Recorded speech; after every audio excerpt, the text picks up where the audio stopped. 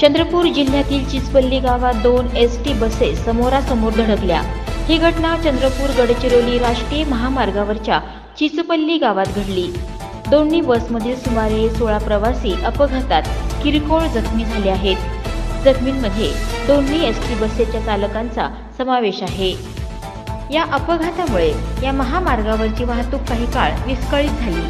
Police आणि स्थानिक ग्रामस्थांनी जखमींना त्वरित चिचपल्ली प्राथमिक आरोग्य केंद्रात हलवले।